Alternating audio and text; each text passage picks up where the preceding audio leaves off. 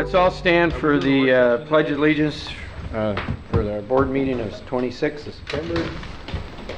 Pledge allegiance to the flag of the United States of America and to the republic for which it stands, one nation, under God, indivisible, with liberty and justice for all.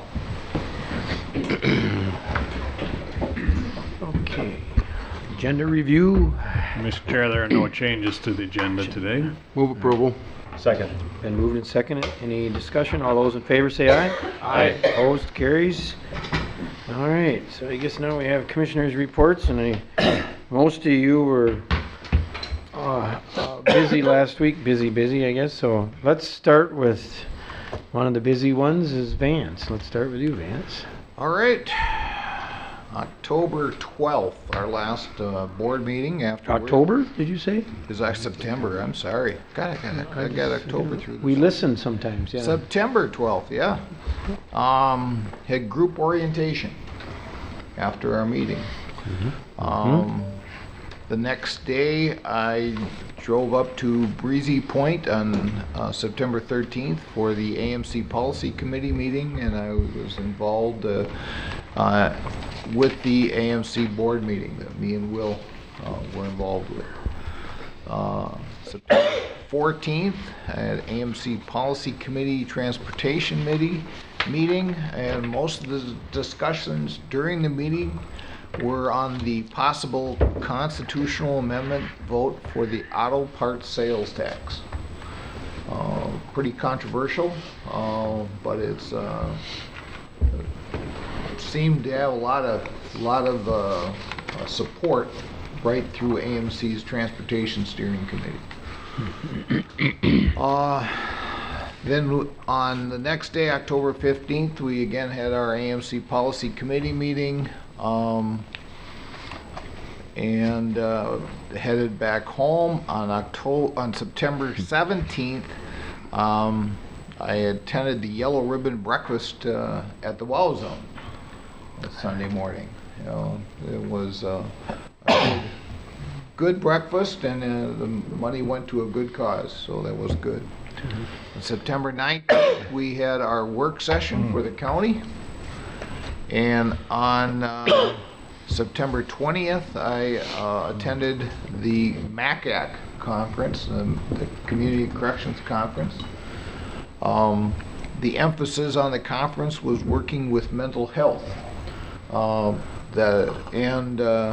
That went on through the 21st and 22nd, and the morning of the 22nd, they showed our Yellow Ribbon Project video to everybody, and showed what Blue Earth County is doing for mental health in the county.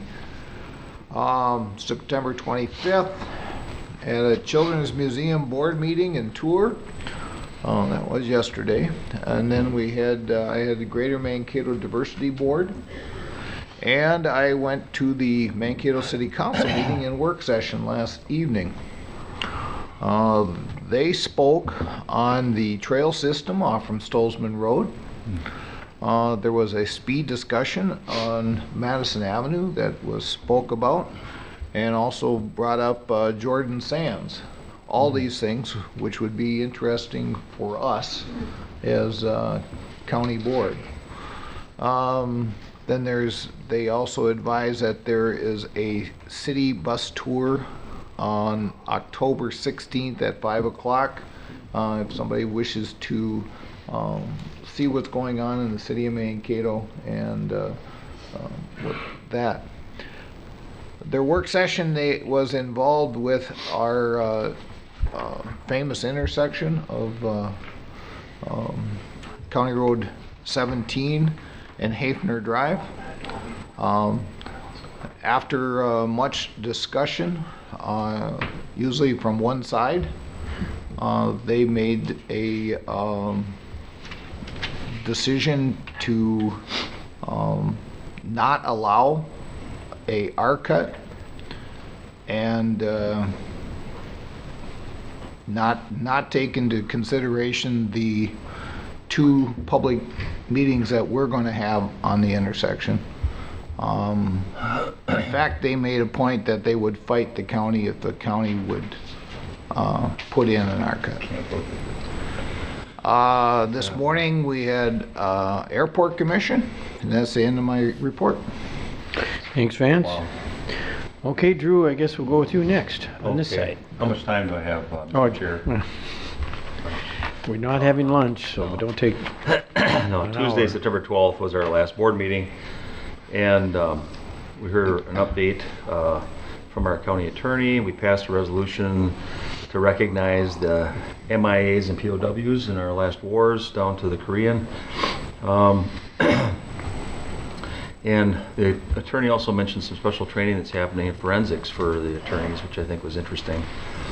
Our engineer update was quite extensive, and we have many public works projects going on throughout the county. Tuesday the 12th, we also had that new employee orientation in the afternoon up at the Justice Center, which I think is always, it's a good thing. I think we're glad that that was incorporated by our HR. And then, along with Will and Vance and myself, and actually Bob and Jesse were there for a while at the AMC Fall Policy Conference we had, and Kip, sorry, Chief Mr. Reeves. I was going to say, I'm sorry. And I had signed up for that pre-conference thing, which I was a little bit late getting to. And I walk in the room, and there's Jesse Anderson and Bob Meyer sitting there. It's more of an HR thing, you know, and I didn't know anybody else had signed up for it. So maybe probably should communicate more. But even though I was late, I picked up on some of their discussion that they had about performance improvement. It's mostly a human resources topic. They looked at the differences between a performance appraisal, versus performance improvement plans, and how important communication is, and measurability, documentation. AMC, we had our general session on Thursday, heard from Susan Brower, which we've heard from before here in Mankato.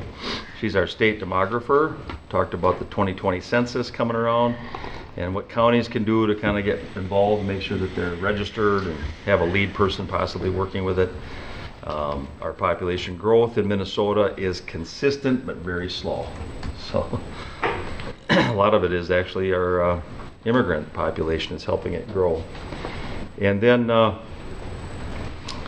for my Policy Steering Environment Natural Resources Committee, Jennifer Burquam is our staff person from AMC. Barry Nelson is the chair, and we talked about roadside ditch mowing, MnDOT's expectations throughout the state and how things are being applied. We talked about the state assumption of the 404 local road wetland replacement program that's been in discussion for quite some time. So they've done that feasibility study with they formed a project team with the PCA, the DNR, and Bowser and a few others to take a look at this and what it would cost and what's the benefits, what's the not so much benefits. And mainly we were looking at that to try to save some time for projects that are happening with our roads in Minnesota. And then something that was very interesting, driving in through Brainerd there, if you took that one highway, between 7,000 and 8,000 VWs are parked at the old Potlatch paper mill. And so, believe it or not, we talked about the update on Volkswagen settlement, the PCA. Rocky Sisk came and reported, and Minnesota has over 9,000 cars, and that's how they determine what kind of money you're going to get as a state for this equipment replacement program. I don't know if you've heard much about this, but if you've got some old diesel trucks, counties, governments, schools, whatever it might be, institutions, you can qualify possibly next year to have a plow replaced, a truck, a bus, service vehicles. Believe it or not. That's just public entities? I don't think it's just public, no. Yeah.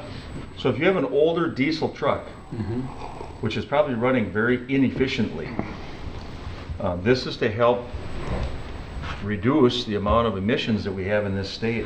And it's a big deal. I mean, I'll just give you one stat here. One old truck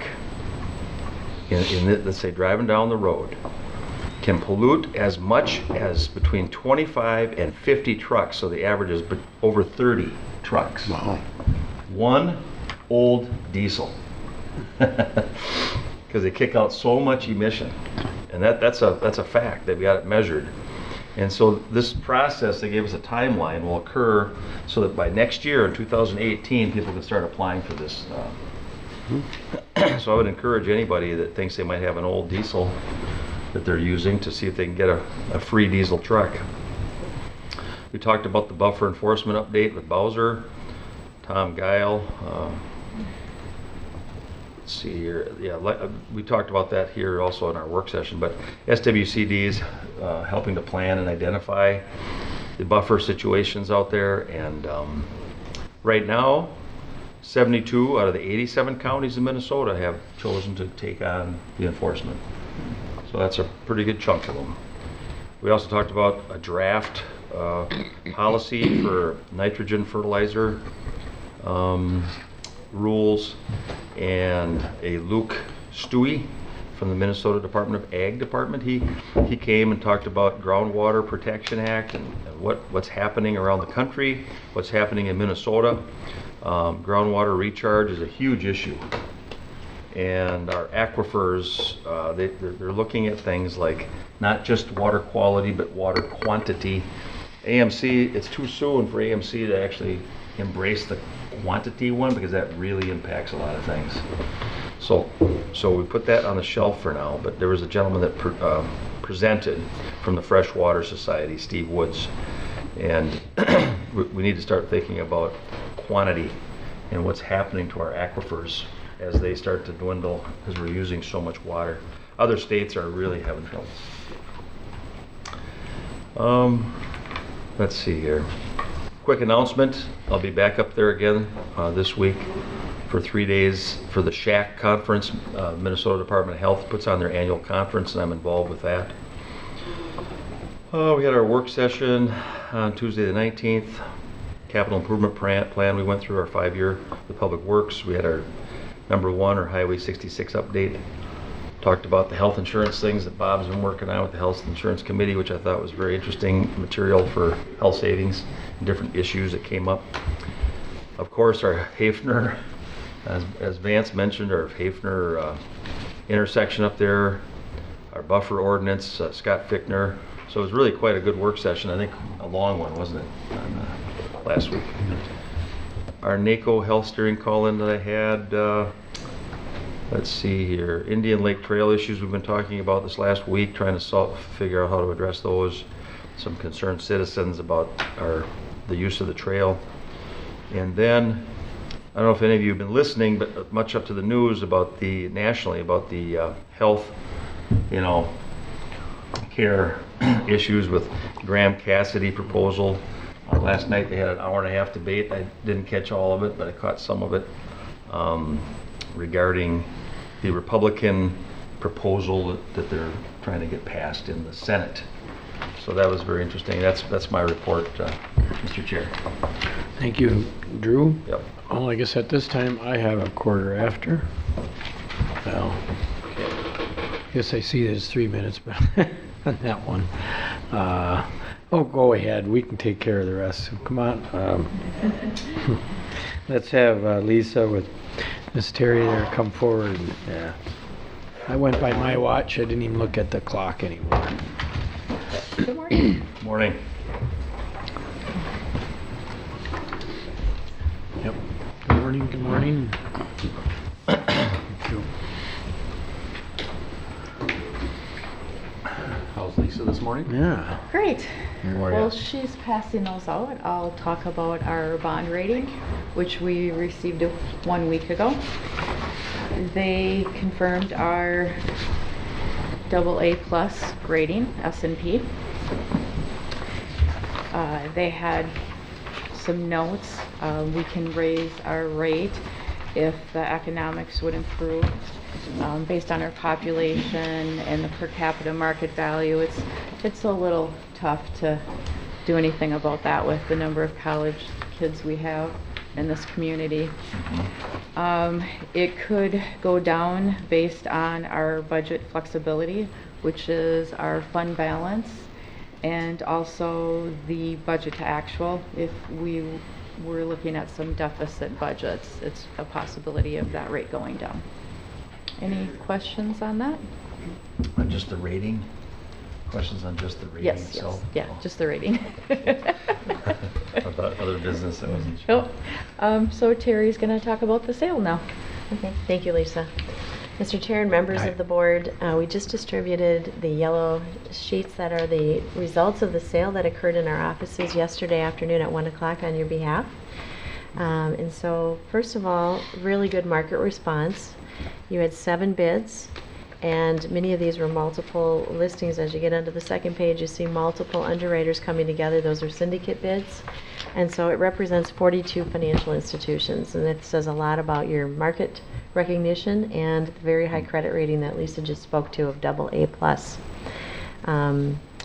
The low bid came from the first bidder listed was Stifel Nicholas and Company Incorporated. They're often a low bidder at Springstead, well, a very respectable firm. And the interest rate you received is on the far right column of 1.56%. These bonds go through 2026. Our estimate about a month ago when the board authorized the sale was an interest rate of 1.94%. That's what we were seeing in the market. Yeah. So this is 38 basis points less than that. And what that translates to in terms of savings is the estimate that we told you, the present value savings by refinancing would be $1,786,000. And in fact, it's $1,992,000, so almost $2 million of savings by undertaking this refunding, and an additional $200,000 from the estimate we gave you a month ago. So I think that was great news in the market, and delighted. We also received a premium bid, meaning when they bid on your bonds, and it gets very complicated, but in a nutshell, they're giving you a dollar price for the bonds that sometimes exceeds the dollar amount you're asking for. So you were asking for $9,830,000. They bid more than that, and with the extra cash, it all translates into savings. So we're actually able to reduce the amount of bonds you have to issue to refinance the debt to $9,015,000 instead of $9,830,000. There's a footnote A on the bottom that gives you that on the bottom of the first page. Footnote A explains that we were able to decrease the size because of the premium bid. So again, you have less debt outstanding, and overall you'll be saving the payments that we've talked about.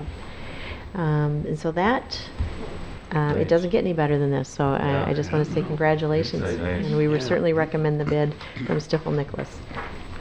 You need a motion on that? Yeah. So Yes. moved. It's been moved. There's second on the bid? Second. Second by Will. Second. Okay. Any questions, discussion?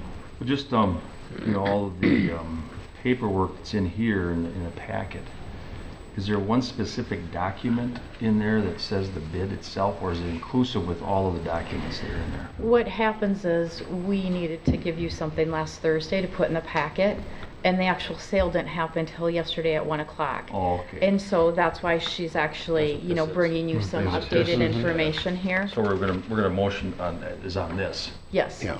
Okay, because if you're looking at this, you just know me. Whenever I see blanks, Yeah, in we just the didn't have document. anything at that time, and yet, it's important for us to accept the sale Right. within, 24 hours also. okay, so what do we So- do with this in the packet? I'm just curious. Oh, That was just kind of showing you, those numbers are now filled in, but you're really just accepting the sale. This sale. Yes. That's it. Okay, because I did make some notes, had some questions about the bonds, and like on one point there just has an amount of $1,000, and I know it's a lot bigger than Yeah, that. yeah. Yeah, it had blank spaces on page 37 or Yeah. 96. It's one of those things that we just can't, we don't have the information when Okay. the packet went Any out. issues of concern then, board, as far as? Just, Yeah, that's good. well, I love this. Yeah. That's what I'm Oh, curious. that's, well, that's what So they'll be this, filled in afterwards? Is that what happens? We Yes. fill in the- yeah, Yes. Okay. After we pass Thank it, you. then you'll that's fill kind of the Yes. boilerplate. This is Yep. the real thing. Yep. So- Okay. exactly. Yep. All right, thank you so much. That's a good rate, good job. Oh, Yeah, man, isn't that that's amazing? incredible. So Yeah. the next steps are, we will receive the proceeds October 26th, and we will be refunding the bond December 1st. Any All right. other questions? Well, it's We need to- great timing. we need to vote on Great that. timing, good thing, yeah. So any further discussions or questions from the board? All those in favor say aye. Aye. Opposed, carries. And thank So you. we'll see you the next board meeting for the ditch bond award. Oh, yeah. Hope, that might not be quite as exciting, we'll see. Actually use the money. Thank you very much. Thank you, thank you, Ms. Terry. Thanks a lot, yeah. Thanks. We can go back to administrative.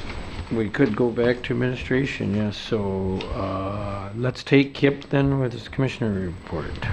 After our last board meeting, it was already mentioned, we had our new employee program, which again, as Commissioner Campbell said, I think it is a great program to get out there and meet the new employees. I think they appreciate it, and I certainly do. After that, I was up at MICA, had a good conversation about the METS program that is not working, and a lot of discussion about what their plan is. A lot of frustration in the room about it not working, but they are working on it and doing the best they can. Then MICA, all of our lobbyists gave us reports with stuff going on. Everything seems to be pretty quiet right now at this point, but we're getting geared up for the session. Then from there I went to the AMC conference, met up with several of the other commissioners. Went to my Health and Human Services meeting, got to hear from the commissioner was there, talked about his horseshoes and Rapidan, so had a good program there. Bob and I managed to get to the one on how to run a meeting, or the one where the person came in and talked about chairing a meeting. Very good discussion.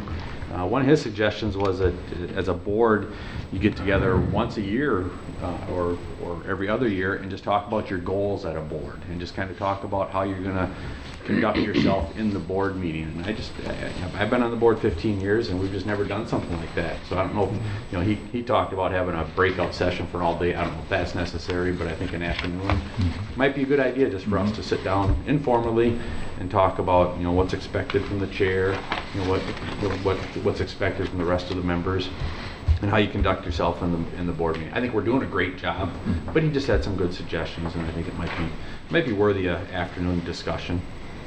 Then I had my MVAC meeting. I just took over as president. Everything seems to be going fairly well there.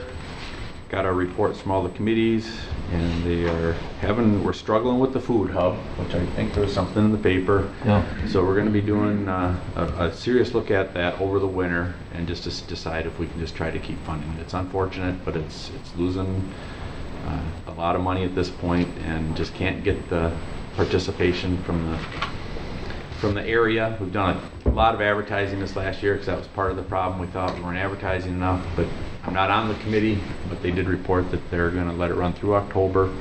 Then they'll look at it over the winter and really try to dive into it and see if there's other opportunities out there or something else they can do, and then they'll come back with a recommendation whether or not to keep What it is the going. food hub? I mean, just in a nutshell, because I've heard about it. We get fresh produce from the small farmers in the community, and they bring it in, and we actually process some of it. We got a lot of equipment in there to clean stuff and cut it, and then they sell the shares. Vance, I know you've been a big Yeah, supporter of it. we bought shares over the years, and you buy a share, a couple $100 to buy like a bag of produce every week throughout the whole summer and into the fall and into October. Yeah. Actually it was too much for us. I mean, for just two people, it was too much for us, and we didn't do it this year. We've done it previous years, 3 years in a row. Our neighbors loved us because we kept on bringing them fresh produce.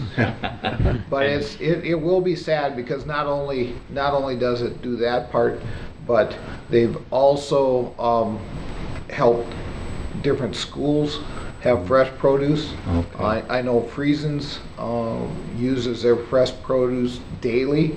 With what they do, there's going to be a lot of businesses that are going to suffer because the hub's not there.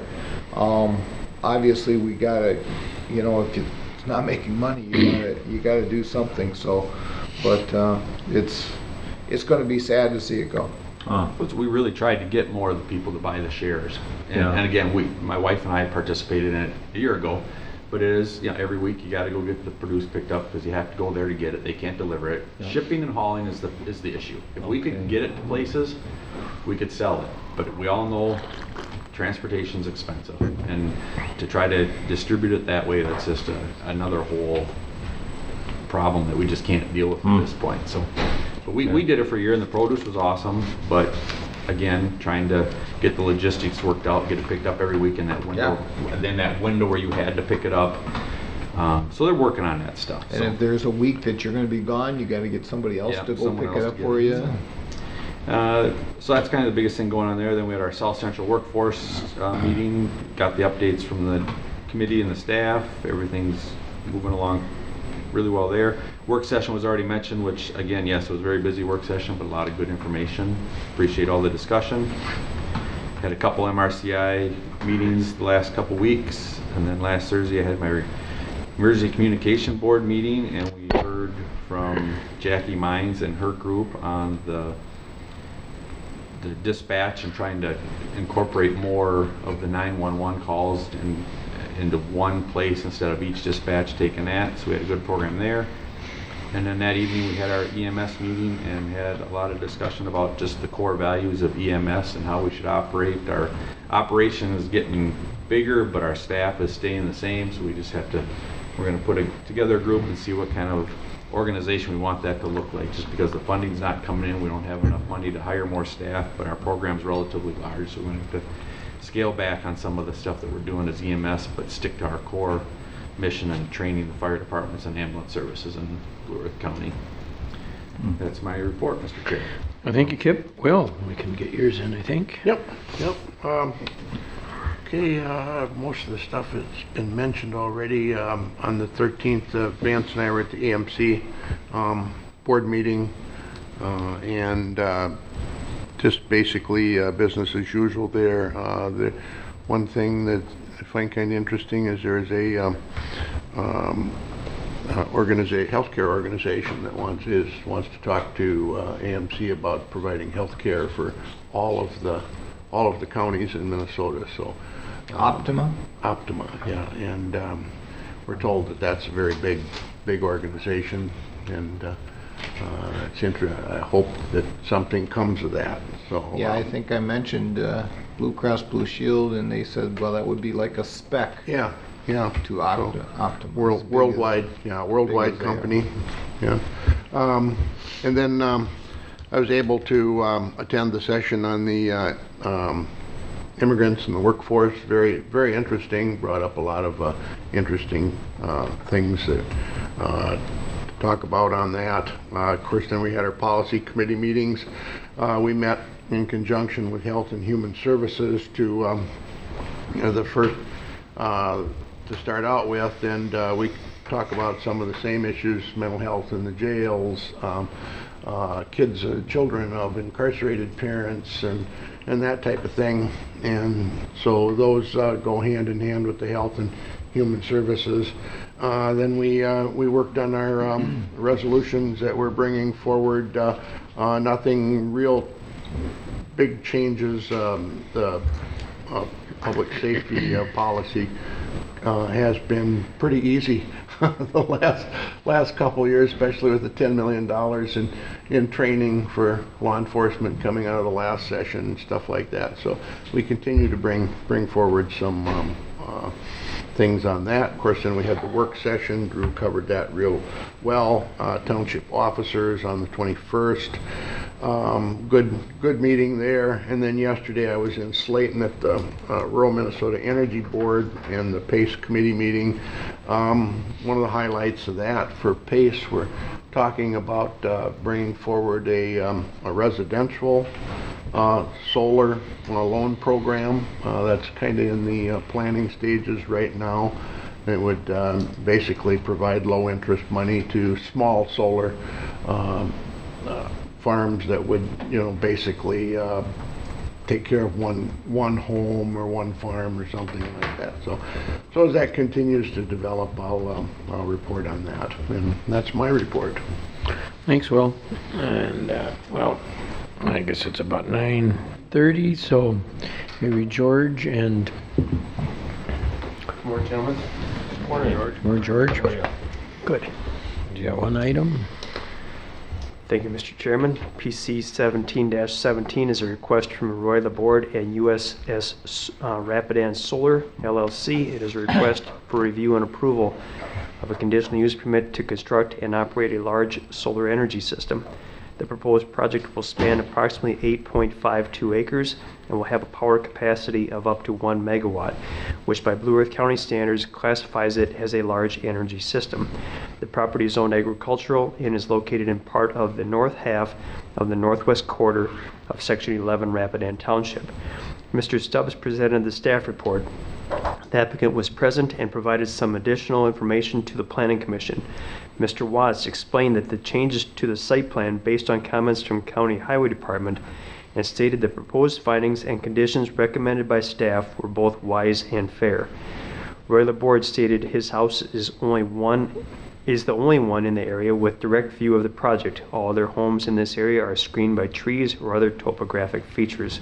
Following the discussion, the Planning Commission voted unanimously to forward to the County Board a recommendation of approval of the request as outlined by staff, and the board action is a resolution. Okay. At this point, we have a public hearing, or anybody from the audience wishing to state anything regarding PC 17-17.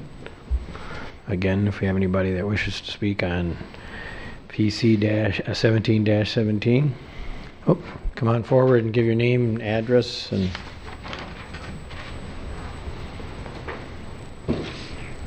members of the board, my name is David Watts. I'm on behalf of US Solar, a project developer for US Solar.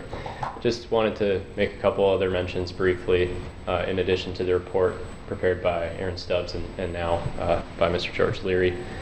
In addition to the Planning Commission's review, which found no issues and eventually recommended approval, we also had a similar recommendation from the staff, as well as unanimous support from the township. Not a single individual has spoken in opposition to this project, so now we seek official approval from the board. I believe it's clear that we meet every setback or other requirement of the ordinance. And just a few things to note that might differ from past projects you've seen in the county. These projects use single axis trackers. That's a type of technology that essentially just rotates from east to west as the sun rises and sets. The two implications of that to the design are that it's shorter. So most of the panels you'll see if you drive around the state right now are just fixed tilt to the south. They're about 15 feet tall. These are about 5 to 7 feet tall. Mm-hmm. At maximum height, if they're tilted to 60 degrees, they would be a maximum height of 10 feet. The other implication is that this technology minimizes glare, which again with anti-reflective coating and due to the location of the site, there aren't any glare concerns, but even if there were, again, since the panels will be flat at noon, any very minimal glare would just be going straight up in the sky. Not affecting any residents or passersby on County Highway 1, which is where our access is. As Mr. Leary pointed out, we've changed our plans to use the existing access of the LaBorde property. We do have an interconnection agreement with Xcel Energy already, and the environmental health review that was done in preparation for the Planning Commission meeting found no items of concern. There are school districts, cities, businesses, universities, and even residents that can benefit from this project through subscriptions. So, you know, this program allows for energy customers in one place to benefit from a project located somewhere else. In this case, we will be opening up some of the project's subscription capacity to residents so they can get bill credits on their Xcel Energy bill for no upfront cost. So we're finding a way to get more of the neighborhood and the community involved in the actual benefits of the program, on top of the benefits available to the taxpaying landowner, Mr. LaBorde, to the county increased taxes, and also to the community as a whole from our pollinator-friendly habitat and native grasses and all of the other environmental benefits this brings. So with that, we respectfully request that the use permit be approved by the board. Thank you, Mr. Watts. Any questions? You know, I'm looking at Exhibit 6. Okay, and on there it's got, it's almost like it's a blue portion. What does that indicate there?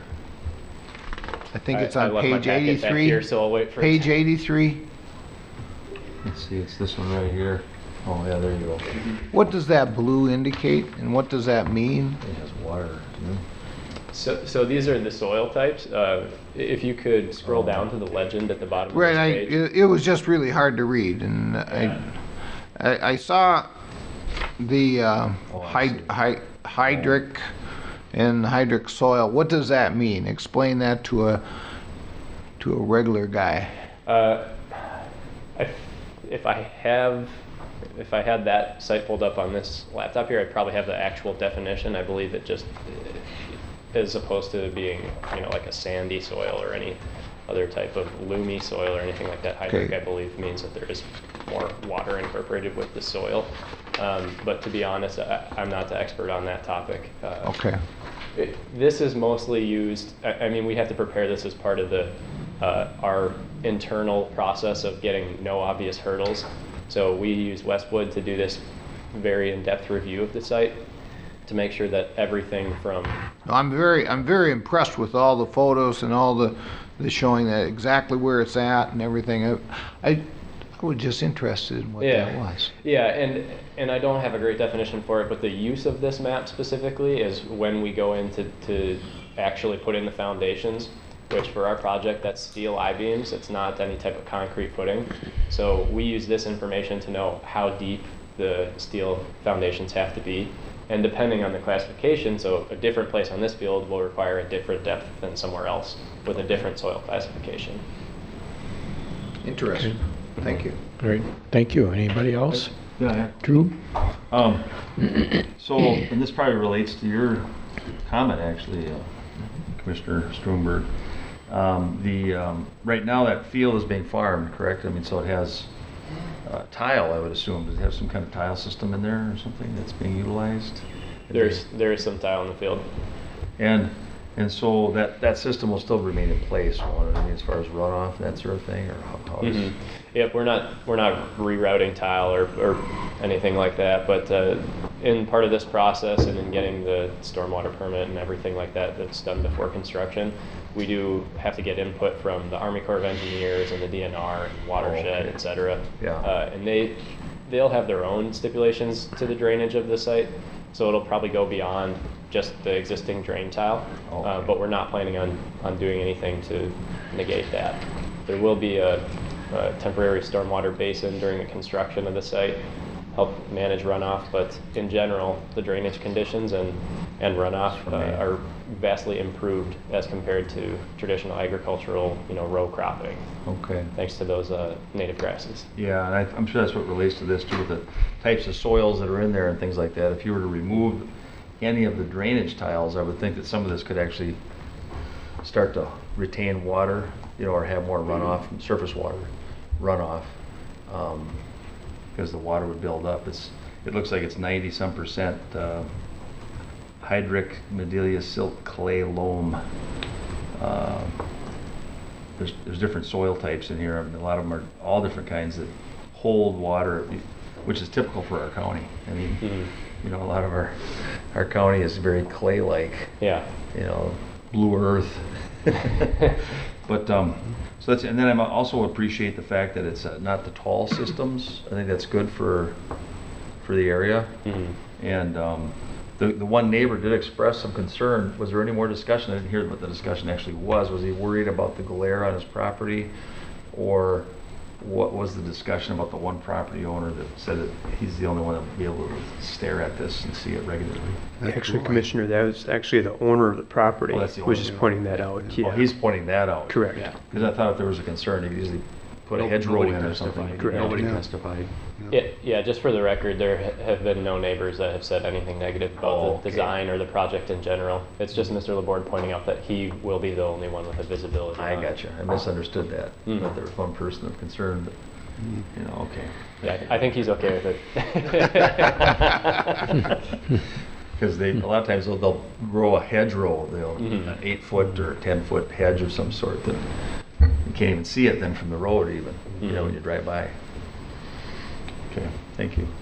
All right, any other questions from the board? Okay, we'll conclude the public meeting and bring it back to the board. Move approval. Been moved. Second, discussion. All in favor of approval, say aye. Aye. Opposed, carries. Thank you, Mr. Watson. Thank you, George. Congratulations. Congratulations. Thanks, George. All right. Working solo. Yeah. All right, I guess I got a few minutes before we Before we take a break? break a break, so you might as well get, you will listen for 5 minutes on my report.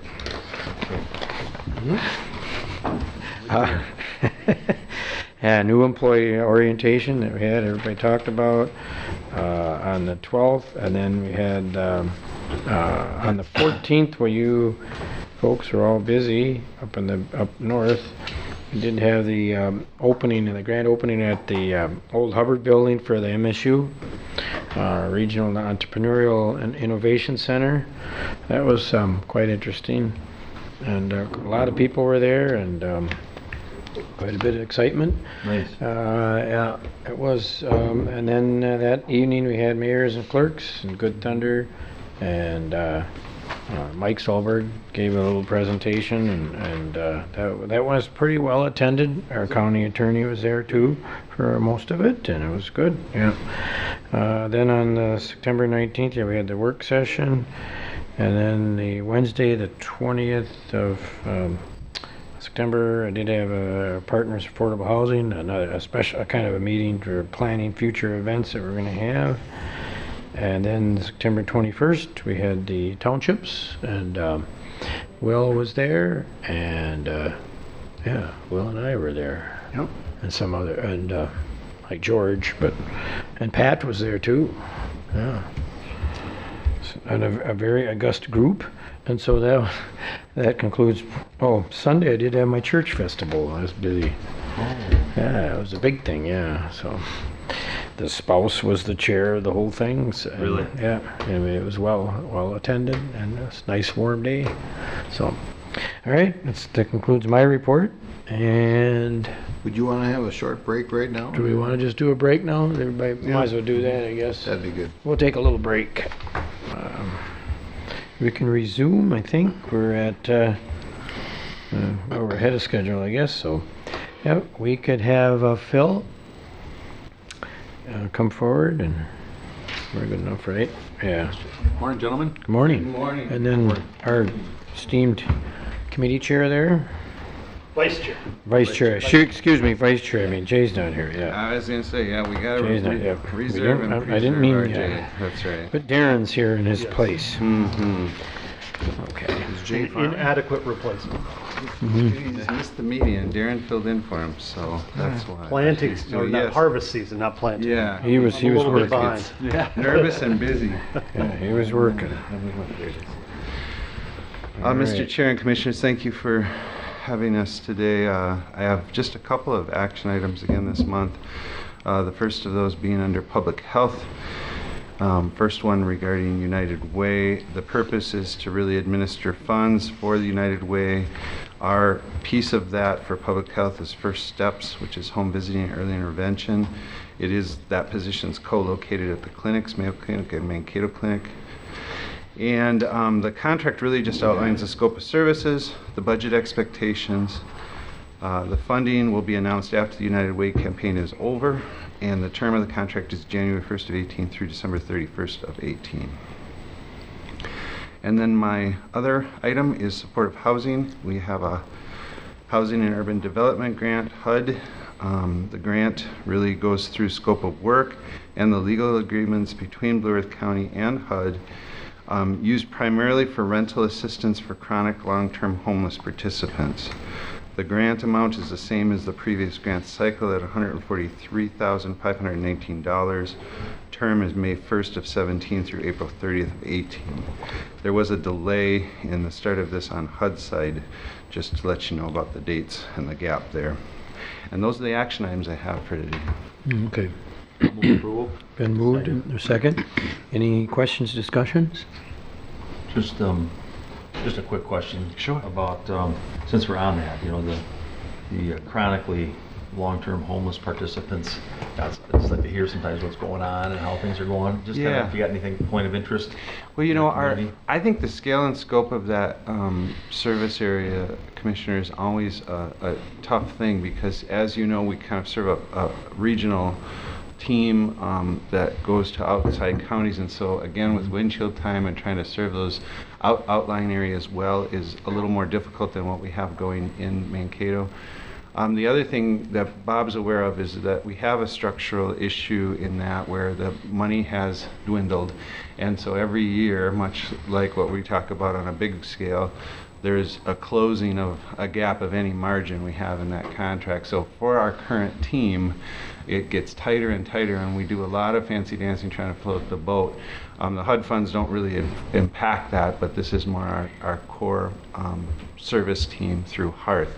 And so DHS, Hearth, and ourselves, we're constantly talking and meeting about those issues, and it seems to be a lot of maintenance to try to keep it afloat. So, you know, during the Palenti era, there was a lot of focus on resources being directed towards homelessness, and since then I think it's dwindled kind of like a waterfall down. So I was just wondering, because I know that with the new budget development out in Washington, there's concerns about dollars for Medicaid, of course, being reduced, and then also for programs like these at-risk programs. Absolutely. Maybe 10%, you know, I don't know, reduction, I think is what they're thinking, something like Absolutely. that. And I was just wondering if that's something that then, as a county board, we may have to look at trying to provide more funding for those people in our community from our levy. Right.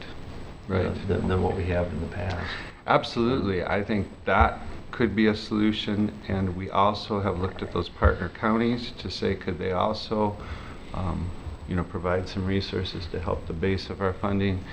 And then Bob and I and staff have talked about the possibility of restructuring it and trying to turn it over to a nonprofit. There's pros and cons to that because we're able to draw down some revenues being county-based.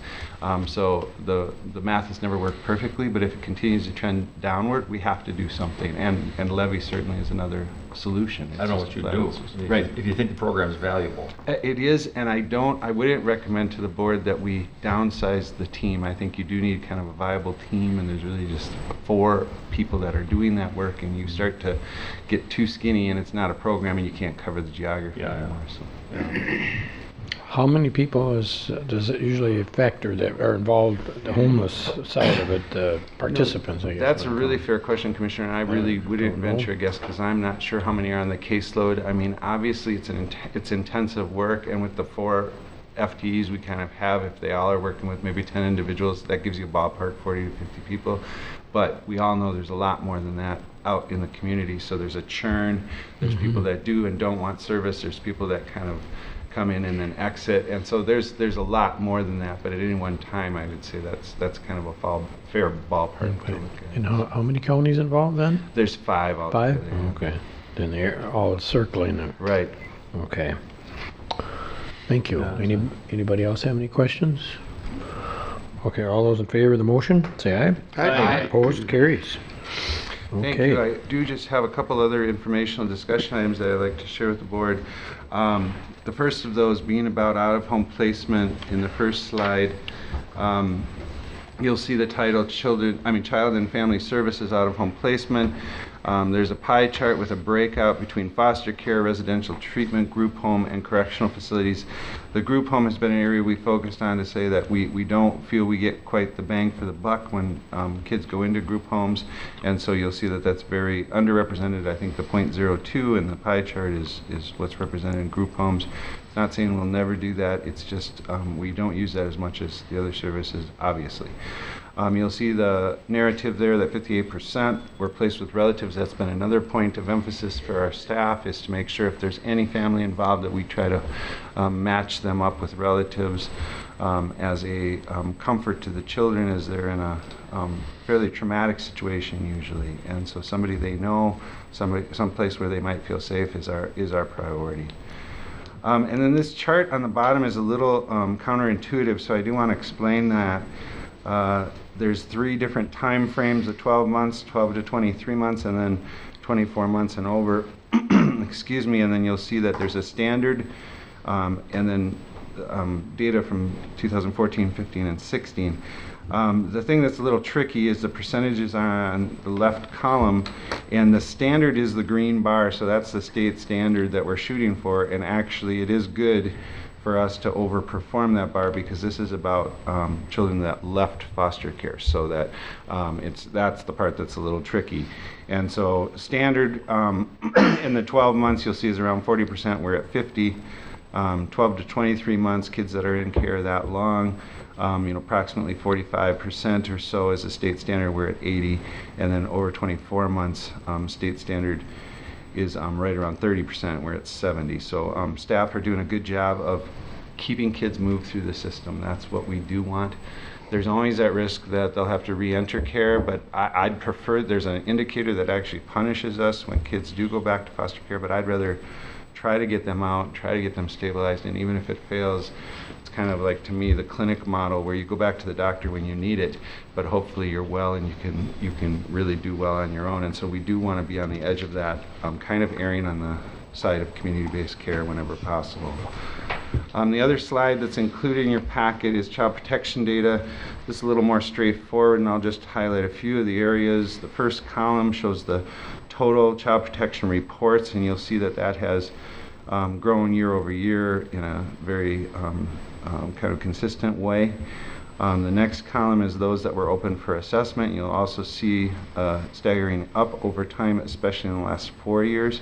As we all know, there's been a lot of scrutiny and attention to this area of our practice, and so I think you see us doing a lot more assessments to err on the side of making sure that we're seeing everything that there is to be known in these cases. The family investigations are pretty flat. The next column, the maltreatment determination, you'd probably expect to see with increased assessment more maltreatment findings, and that is not the case. It's still pretty flat. So I actually think that's a great finding for the children in our community. We want to make sure that we're getting it right, and for us to assess more, but still not find that there's concerns at the point of maltreatment is a good thing as far as health of our community. And then also interesting, the family assessment, which has actually been somewhat of a controversial area because the concern was that we're coming alongside families and maybe not being traditional enough in our approach. So in other words, rather than trying to work with families, there was a sense that we really do need to find maltreatment and treat that and be more aggressive about our care. You'll see that we're continuing to trend upwards, and I do like that. I think we need all the scrutiny we've been under. We understand that that can improve our practice, but to still work alongside families and see in that column that we continue to trend upwards in a kind of consistent way means that we are able to find common ground with our families, and even under this pressure, and our cases are being reviewed by the state to make sure that they would agree with our finding, because they're concerned that we're pushing too many to that more softer approach. But I'm glad to see that still rise, because our, of course, core mission is to work with people. There's many times where we have to step in and take over a situation due to safety risk. But we want to try to practice along these lines. So I've always been a supporter of family assessment, but I do think we need that balance with increased scrutiny and kind of checks and balances and accountability from the state. And that's been in place, and that's been going quite well. That's what I have, Mr. Chair. Phil? Okay. Anybody have any questions of Phil with any of the reports? Just a quick question. Okay. It's one I've asked every year almost, probably. Sure. Is it true that probably most of the cases are neglect? Yes, absolutely. Isn't that usually the issue? I mean, absolutely. it's a big issue in our community. Yes, absolutely. It just seems like And we do have pie charts on that, and I know I have brought that to you, and I certainly can plan to do that again, but neglect is always the biggest area for sure, Commissioner. Parents are wrapped up in something Right. else, and they Right. just, kids end up kind of fending for themselves, and Yes. you know. And then I mean, I hear about it too because I have a little bit of a connection downtown with the Reach. Yep. And so Absolutely. they feed anywhere from 20 to 40 kids a day, Yeah. Monday through Friday. Right. Yeah, mid-afternoon. Sure. Those are kids that are kind of floating out there. Some of them don't go home. Right. Some of them sleep on friends'. They're just flopping around, kind of. Absolutely. Otherwise, they wouldn't exist there. So they're a supportive arm for some of the older kids. You know, Absolutely. 14 to 24. Right. Which is, you know, a very unique population, one that we care about very deeply, and they can sometimes not get the attention they need during that transitional time. I will say the neglect, you know, we think about emotional neglect or medical neglect. Those are very rare, but we are very well aware of times where parents don't make the best choice about safety, like even car seats or things like that, that would qualify for a neglect situation, putting a child at physical risk of safety. And then also parents just not paying attention, as you kind of suggested, to the needs of their children. And so a safety concern does come up, and a neighbor or someone else might notice that a child's just off on their own that's very vulnerable, and that obviously meets criteria for neglect. And so those are the ones that we see most often, and that's why a lot of times, if it is really an issue of us coming in and supporting families and saying, you know, that's an unacceptable way to raise a child, and if people say yes and I'm with you, we want to work with that. They're not usually defiant about the desire to raise their kids well, but as we know, a lot of our families are under a lot of stress. They might have multiple children, a lot of times multiple young children, and neglect can take place. There's no doubt about that. And they're poor usually. I think the poverty issue is always paramount. I think that's a lot of what we're dealing with. The chemical use issues we know are a big driver. And so when all the child protection stuff came to the fore, I think those are the root issues. Poverty and chemical use usually are the roots that bring about all this vulnerability. Yeah. I know I was over in one of our neighboring cities within an hour of here, and they said that they were aware of 10 youth that left their city to come to Mankato to try to kind of survive.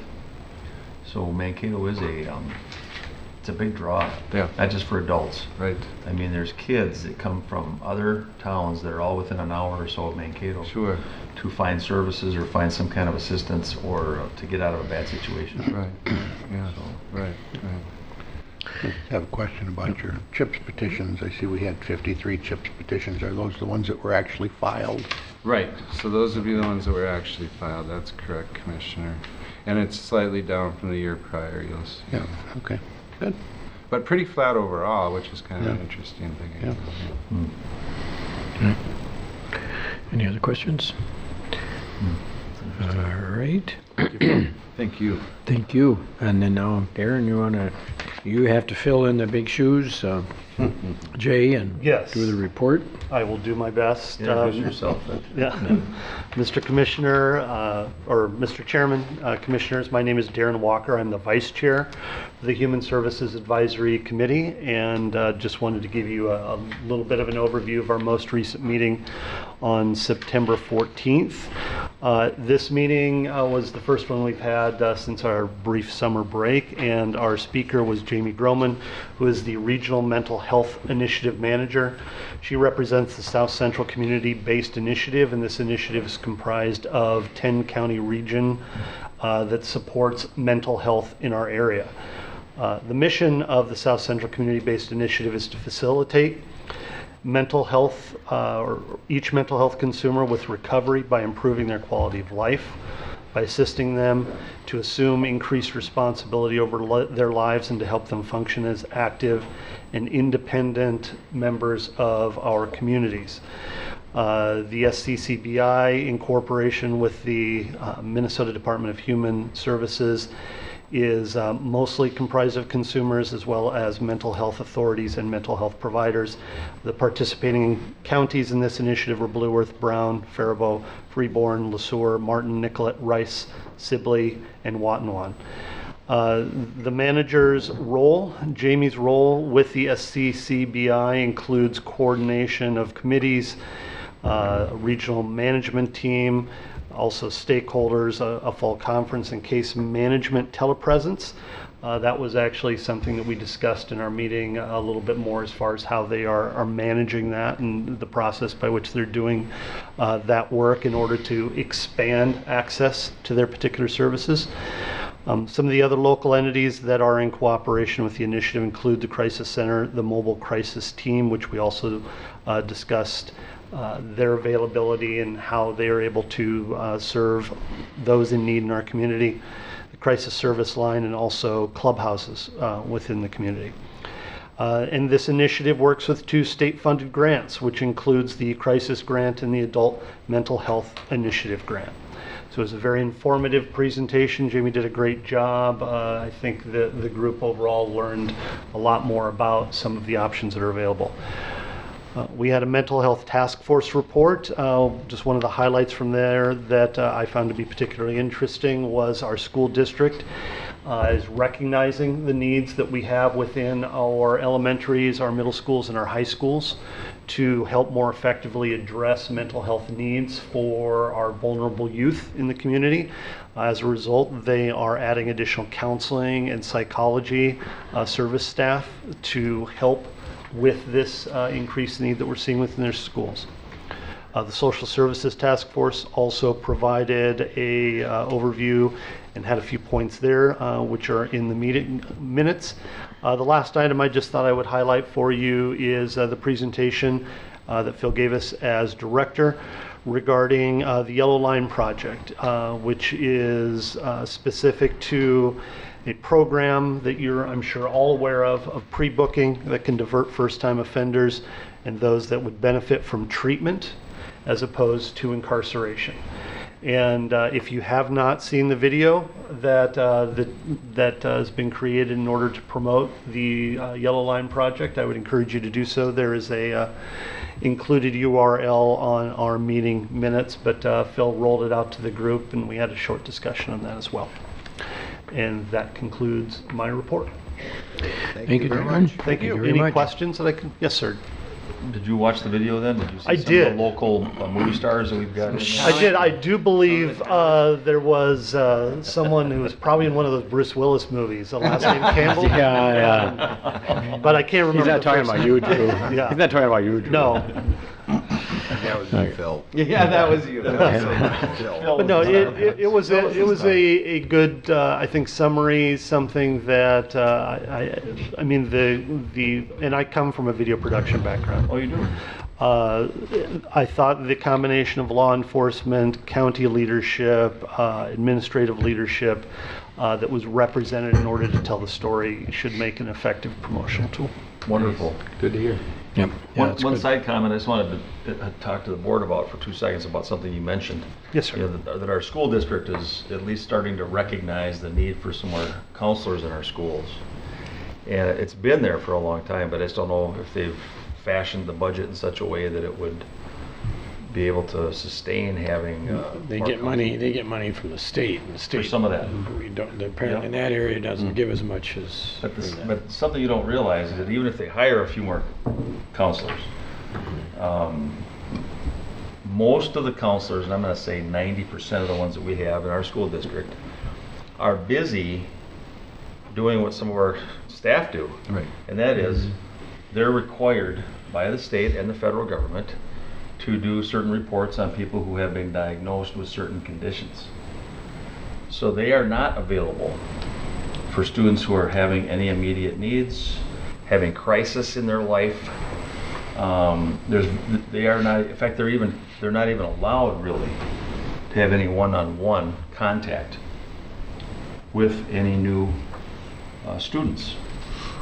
And so this is something that I found out over the last year or so, that it surprises me that there's so many people, so many children who are diagnosed with issues where the school district is required to do these quarterly reports, annual reports, to the point where their caseload is so big that they literally cannot take on any new people that need help or have a crisis or have some issues.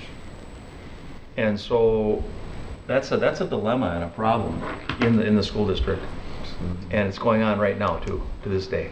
Well, and Mr. Commissioner, this is an area that I actually work in professionally too. So even when you look at counseling overall in the state of Minnesota, federal guidelines are that caseloads for just counselors, not necessarily mental health, should be somewhere in like the 420 to 1 at most. Minnesota is at, on a nationwide basis, towards the bottom of that, where our caseloads on average statewide are averaging about 700 students per counselor, making us one of the worst nationwide. Now, there's been some initiatives that the legislature has taken on in the last legislative session that has helped to make more dollars available, which has been greatly appreciated, but the need is still significantly more than even what those dollars can adequately fund. On top of it, because of the unique licensing requirements that mental health counseling within the school requires versus professional counselor, which are both very valuable roles.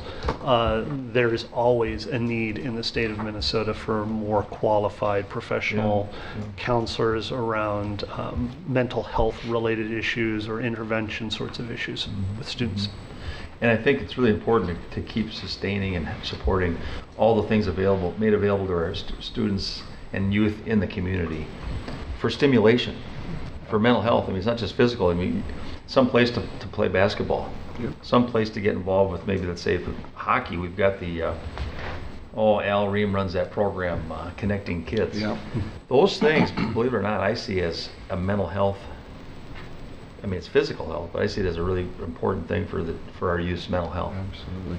Well, involved those. Yes, and Commissioner Campbell and the rest of the commissioners, I think we know we want to practice smart. And one of the things about school counseling, and just coming from that field myself, is you have the students right there. And you think about, like when you do office therapy, you say, okay, Johnny goes home on the bus, mom and dad have to get him to the counseling session on time, get out of work, wait, come back, take him back. Instead, you could just do the counseling session right in school. We don't practice real smart sometimes, and so I do think there is an effort to say, can we align those interests? And the same with the jail. I mean, funding cuts off beyond the yellow line. It doesn't really make most sense because all these people have high needs, but we can't use any revenue sources once they're incarcerated. And so I don't know if that's really the most smart way to practice, and so I think we have to be outspoken about some of that and just say, we changed it once, we can change it back if there's better ways to do some of this business. I agree.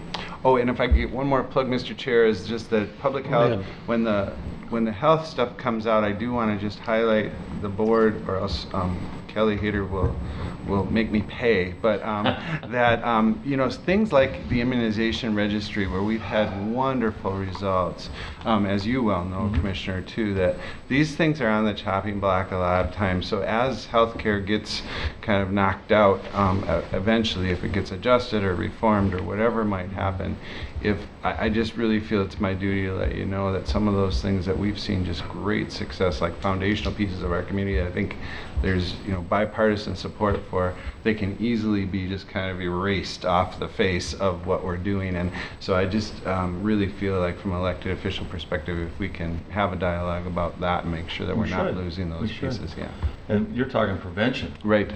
And we just people don't measure that. No. But if you take away prevention, you will measure it. Oh yeah, you'll because it'll be in our faces, and we'll be paying for it. Right. Absolutely. More than just in dollars. So Thank you very much. Appreciate it. Thank you, Phil. Thank you, Darren. Thank you, sir. And appreciate it. And with that, Phil, we go back to our administrative services. And Mr. Chair and Commissioners, the first item is the county board minutes from September 12th. I'll move the minutes. Been moved and second. Any discussion? All those in favor say aye. Aye. Opposed? Carries. All right, then we have, it looks like, we can do the bills. I'll move the bills. Second. It's been moved to second on the bills. Anybody have any questions? This is time to stump the administrator. I've got some. Oh, here we go. I do. Drew's trying to do it. I'm not going to try to stump the commissioner, but just curious, just a comment too. I always notice, we've got this advanced correctional health care doctor's fees, and it's almost $18,000 right now.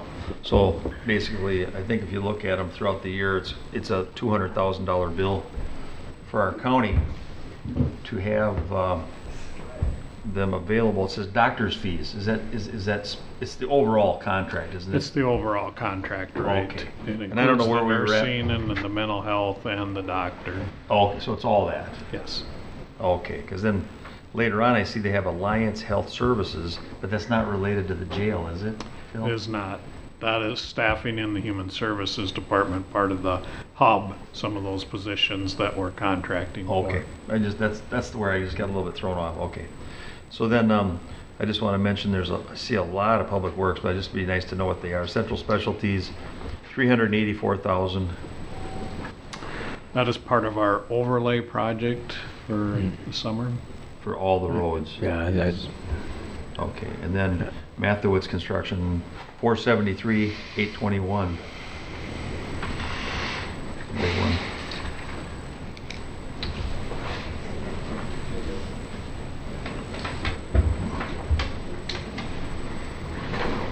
Get to the right page here.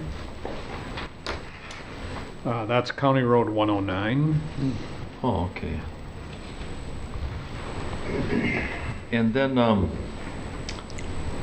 just a comment here on the Northern Sultan Corporation. I'm sure they're getting ready now for winter. It's $13,000.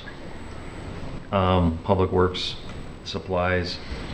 And every year, I'm sure that our engineer tries to keep on top of things, but I'd like to ask that they always look at if there's any alternatives that we might be able to obtain. Any new products, that maybe have come out in the last year or 2 years, just so we don't get so we can get behind the new technologies maybe that's out there for chemicals, because salt has a real hard that thing. to Ryan. I'm sure he tracks that. Yeah, I know Al used to, our previous engineer, and I was always asked if there was something that they could examine. But the R&E Enterprise Public Works was $475,000. That is the HSIP contract that the Public Works did, so those safety improvement measures. Wow, okay. And then Southern Minnesota Construction, $396,000. And that is County Road 12. That's where they're working. Yes. Or is that the contract? Well, that's the rebuilding or the new development of the Stage 5 of CASAD 12. Okay. So the big project out on the east edge of town.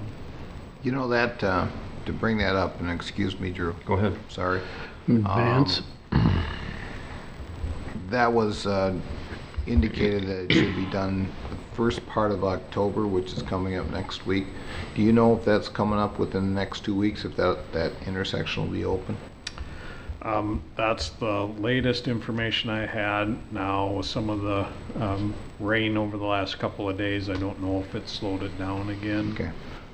But that was the last kind of delayed timeline that has been communicated to me. I apologize. No apology. Okay. Hewlin Brothers for Public Works was $157,000. Just wondering which project. That's County Road 14. Okay. And then just two on the week 2.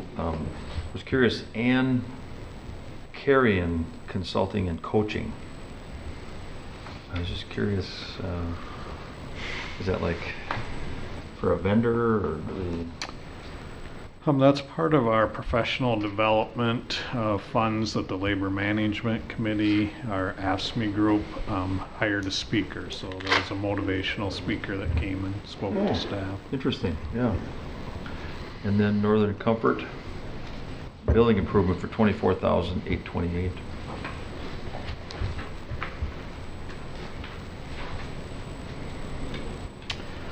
That was a air conditioning unit at the library.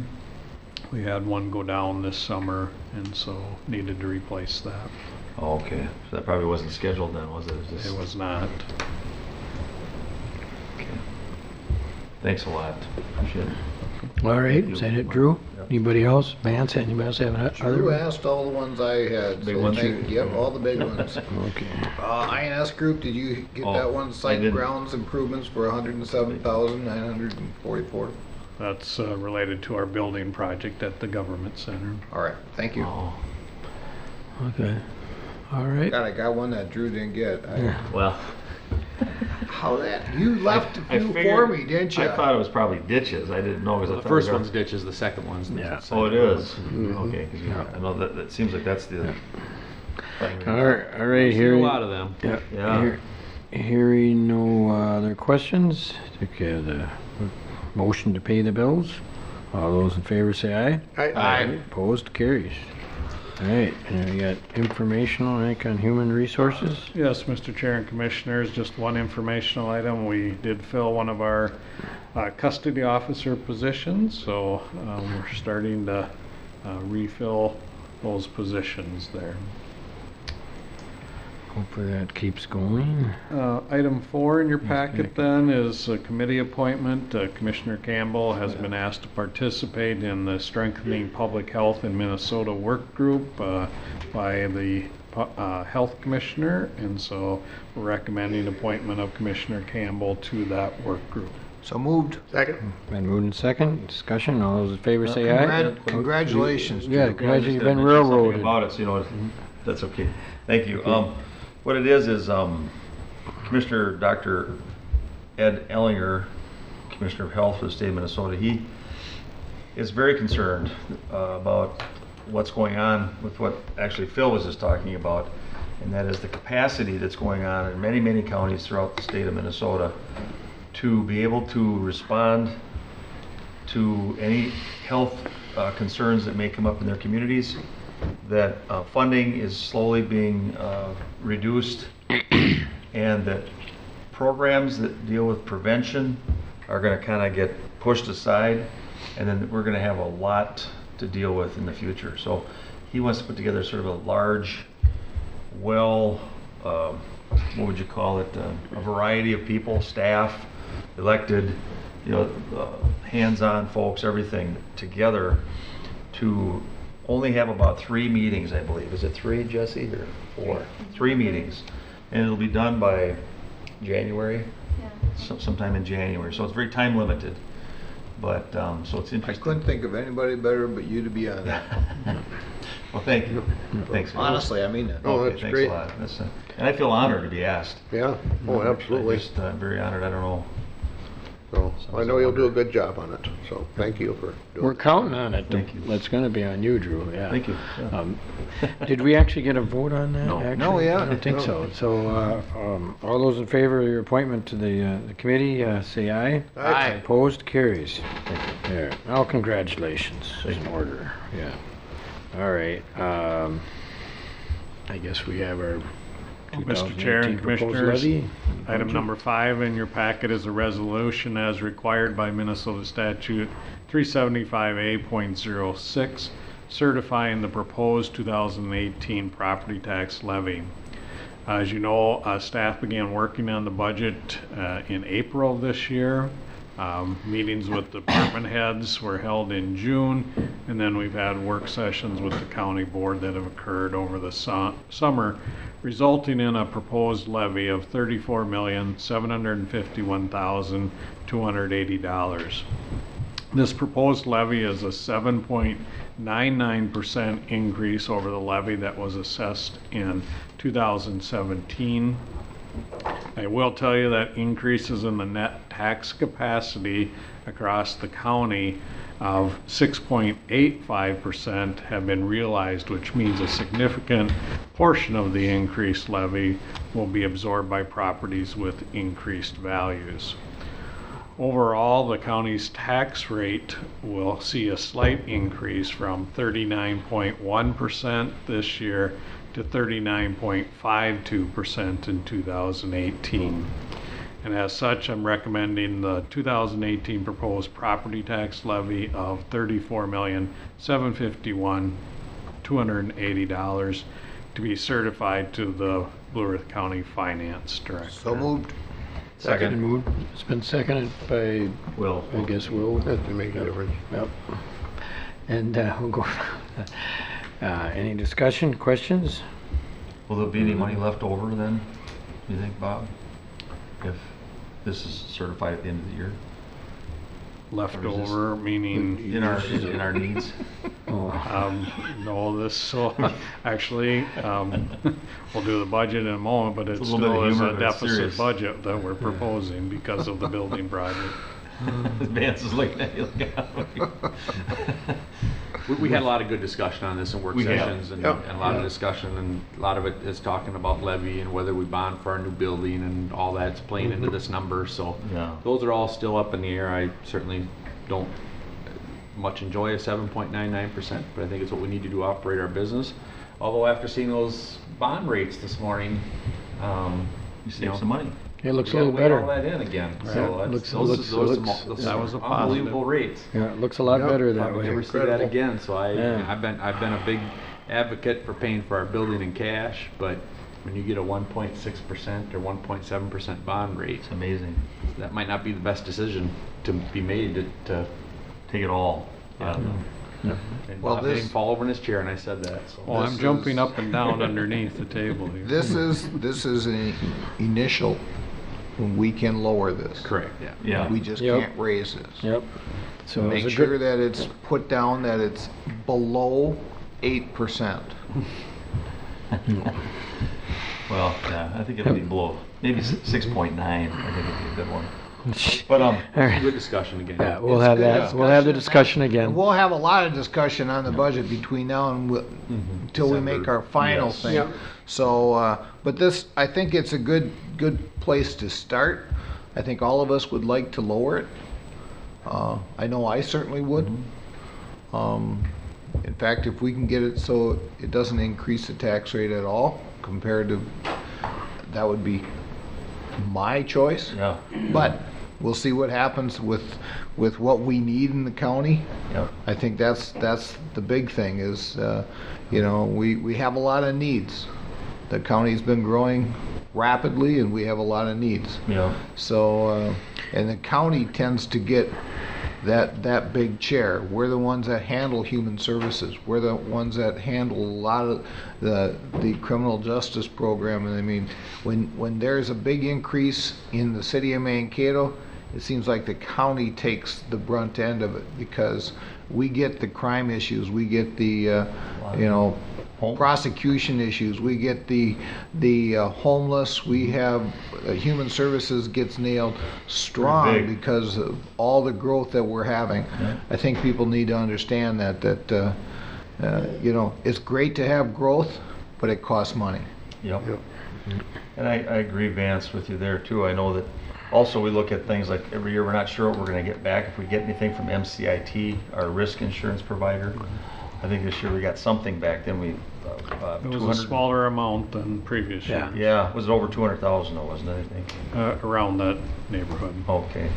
And then the other thing that comes to my mind is this year more than any year, actually I've gotten phone calls from several local nonprofits who do a lot of work in our community asking, and I think some other people have, including Bob, asking for a little bump in our community support that we give. We call it community support, but we've got a lot of different kinds of nonprofits in this very diverse community that we live in. And so throughout the next month or two, we should talk about if we are thinking at all about giving any additional funds to maybe some of the ones that haven't had any for a long time or had any increases. I know that they're facing challenges and they're facing funding issues. And we want to keep our community viable wherever it's appropriate. So. Okay. Let's see. We have to vote on it. We haven't voted yet. Yeah, I'm getting too much rhetoric here. Yeah, I know. Yeah. Rhetoric. Sorry, that was not, Yeah. oh yeah, it was sort of. Let's vote. Okay, let's vote. All those in favor of changing the levy, say aye. Aye. Opposed, carries. Okay, now we have the budget. Mr. Chair and Commissioners, item number 6 in your packet is the 2018 proposed budget. Again, Minnesota Statute 375A.06 requires the county administrator to prepare and submit an annual budget and long-range capital expenditure program to the county board. As I previously mentioned, we've been working on the budget for a number of months and has been reviewed with the board throughout the summer. As such, I'm recommending approval of a resolution regarding the 2018 proposed budget, which projects expenditures at $114,125,019. All right. Approval? Second. Moved in second. Any discussion or questions? Not on the budget. All December right. 12th, 6 p.m. meeting, so. Yep. Yeah. Yep. The only thing I would say is a comment, if it's okay. Chair. It's always okay. It's okay. I didn't mean, maybe rhetoric earlier was a strong Okay. word, but No, and I just wrote a note too a while back to our county engineer, but also realizing, I think people in the community probably wonder, well, what are they doing with that 0.5% sales tax, that half a penny that we get on sales in our community? You know, we collect $5 million now, starting a year, and so we've collected that much. And what are we doing with that money? And if they were to look at the first week of bills, I'm sure they're going to see that we just approved that first week alone was almost $3.5 million. The bulk of it was public works, road and bridge projects. But I asked Ryan if maybe he could come up with a sheet to kind of every year, to kind of show us where we're at, where those dollars are being spent, how much of that dollar amount is going into certain projects throughout our county, so we can see, on the landscape where those actual dollars are happening, such as number 12 out here, Mankato, roundabout on 83. What percentage of those projects are being paid for with that half a penny that we have coming up? So that's just a comment I had about the budget. that's not a bad, Good point. highlight it a little bit better with in the public And we're works, getting a lot of turn back dollars from the state on this budget too, aren't we, Bob? I mean, Oh, Yes, for there, one. with the County Road County 1 one. project, there is turn back dollars there. quite a few million coming in this next year. So. Okay. Any further discussion or questions? All those in favor of approving the budget, say aye. Aye. Opposed, carries. And that kind of concludes, I think. That's all we have for you today, Mr. Chair. I'll move to adjourn. Move to adjourn. Second. Or second. All those in favor, say aye. Aye. Opposed, carries. Meeting adjourned.